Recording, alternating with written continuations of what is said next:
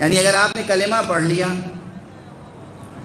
اشہد ان لا الہ الا اللہ وحدہ لا شریک لہ واشہد ان محمدا عبدہ ورسولہ، کلمہ پڑھ لیا اور اس کے بعد جنگ بدر میں پہنچ گئے،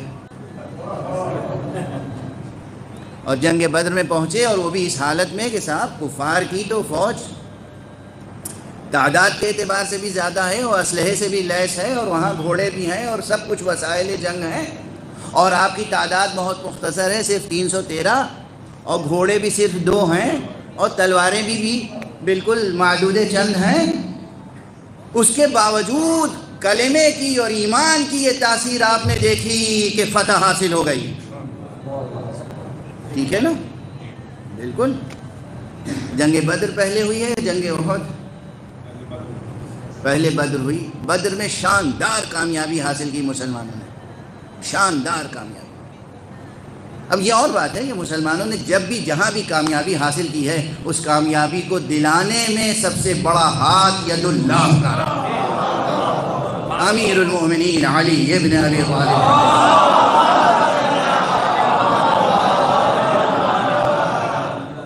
یہ اپنی جگہ۔ بدر اور کس نے فتح کی؟ بدر کی جنگ علی تھے، حمزہ تھے۔ اس کے بعد احد کی جنگ ہوئی۔ احد کی جنگ میں وہی جملہ جو میں نے کل دہرایا تھا، خود اپنا پہلے کا کہا ہوا جملہ پھر اس وقت دہراؤں اور بحث کو آگے بڑھا دوں، کہ رسول اللہ کی جیتی ہوئی جنگ، مسلمانوں نے رسول کی نافرمانی کر کے ہاری ہے۔ رسول کی جیتی ہوئی جنگ، مسلمانوں نے حضور کی نافرمانی کی اور جنگ ہار گئے۔ ہارے یا نہیں ہارے؟ ذرا دست ادب جوڑ کے آپ کے ذہنوں پر جو بوجھ ڈالنا چاہ رہا ہوں، یہ لفظ بالکل صحیح میں نے استعمال کیا۔ ذہن شگفتہ ہوں گے، دل شگفتہ ہوں گے، لیکن وہ معنوی شگفتگی، روحانی شگفتگی الگ ہے۔ میں صرف لفظی شگفتگی کا قائل نہیں ہوں، پہلے بوجھ ڈالنا چاہتا ہوں۔ نہ صرف یہ کہ کلمہ گو حضرات ہیں، توجہ رکھیے گا، نہ صرف یہ کہ کلمہ گو حضرات ہیں، سب نے کلمہ اسلام پڑھ لیا ہے، بلکہ جان کلمہ موجود ہے۔ خود رسول اللہ صلی اللہ علیہ وآلہ وسلم موجود ہے۔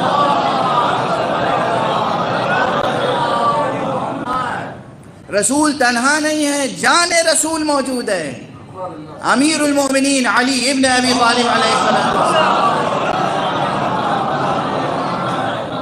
اور احد کی جنگ میں حضرت علی علیہ السلام کے دونوں ہاتھوں میں تلوار تھی اور مسلسل جنگ کر رہے تھے، اور ایسی بے پناہ جنگ کر رہے تھے کہ جبرائیل علیہ السلام آئے اور انہوں نے رسول اللہ سے فرمایا، یا رسول اللہ آپ دیکھ رہے ہیں علی کس طرح آپ سے دشمنوں کو دور کر رہے ہیں، کس طرح ایثار کر رہے ہیں، کس طرح جافشانی کر رہے ہیں، آپ کی محبت میں اپنا لہو بہا رہے ہیں۔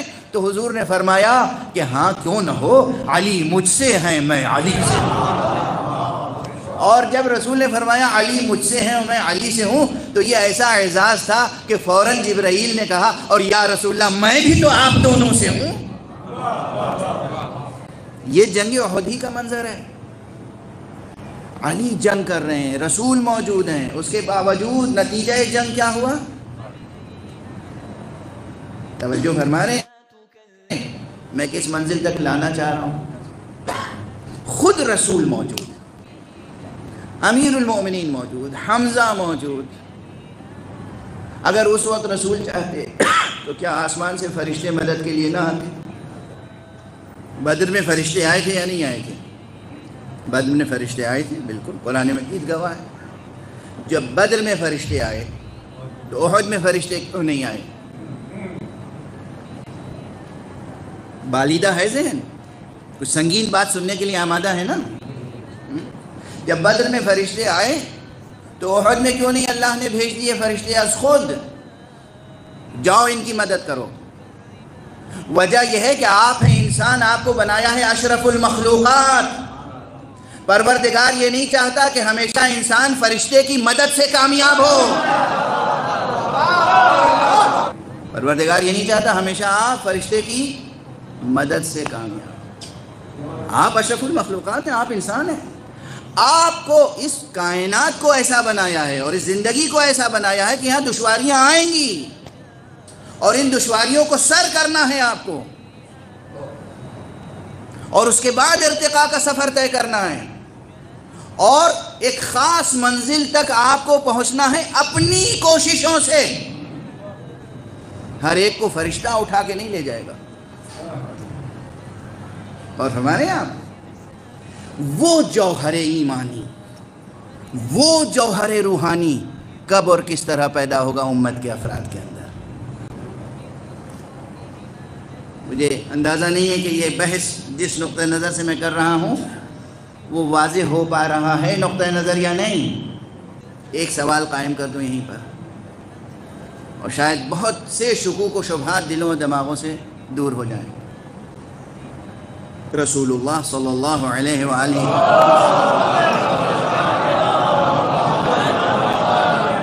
تشریف لے آئے، اس دنیا میں ہدایت فرما کے چلے گئے، اور اس کے بعد ایک کے بعد ایک 11 امام آئے اور ہدایت فرما کے چلے گئے۔ کیا ہدایت تھی؟ جوہر کیا تھا؟ لب لباب کیا تھا؟ پیغام کیا تھا؟ میسج کیا تھا؟ یہ شریعت اور طریقت کس لیے سکھائی گئی؟ صرف اسی لیے کہ یہ جو پروردگار کا نظام ہے، اللہ تمہیں جس بلند مقام پہ دیکھنا چاہتا ہے اس بلند مقام تک پہنچنے کے لیے تمہیں کیا کرنا ہے اور کس طرح کرنا ہے۔ خوشی کے لمحے آئیں، مسرت کے لمحے آئیں تو کس طرح ان کی قدردانی کرنی ہے، اور مشکل لمحے آئیں تو ان لمحوں کو کس طرح سے بسر کرنا ہے اور گزارنا ہے۔ اب 12ویں امام کی غیبت میں جو اتنا طول ہے، آپ سب انتظار کر رہے ہیں کہ حضرت تشریف لائیں گے، اور حضرت کے تشریف لانے کا زمانہ دور سے دور تر ہوتا چلا جا رہا ہے۔ وہ اسی لیے کہ ابھی تک آپ سمجھ رہے ہیں کہ ہر کام فرشتوں کی مدد سے ہوگا۔ نہیں، حضرت چاہتے ہیں وہ امت وجود میں آ جائے کہ انسانوں کی مدد سے ایک انقلاب آ سکے۔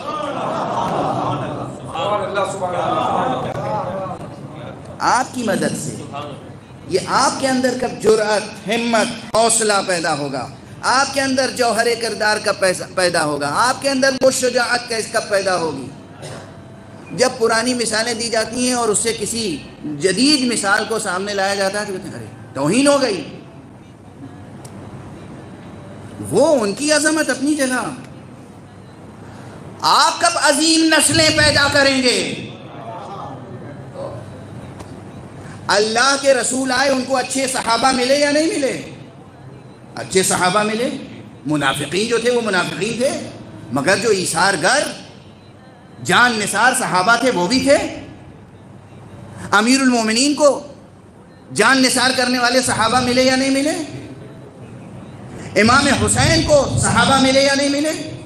یہ صحابہ کون تھے؟ سب کے سب معصوم تھے، معصوم ماؤں سے پیدا ہوئے تھے، معصوم نسلوں سے پیدا ہوئے تھے۔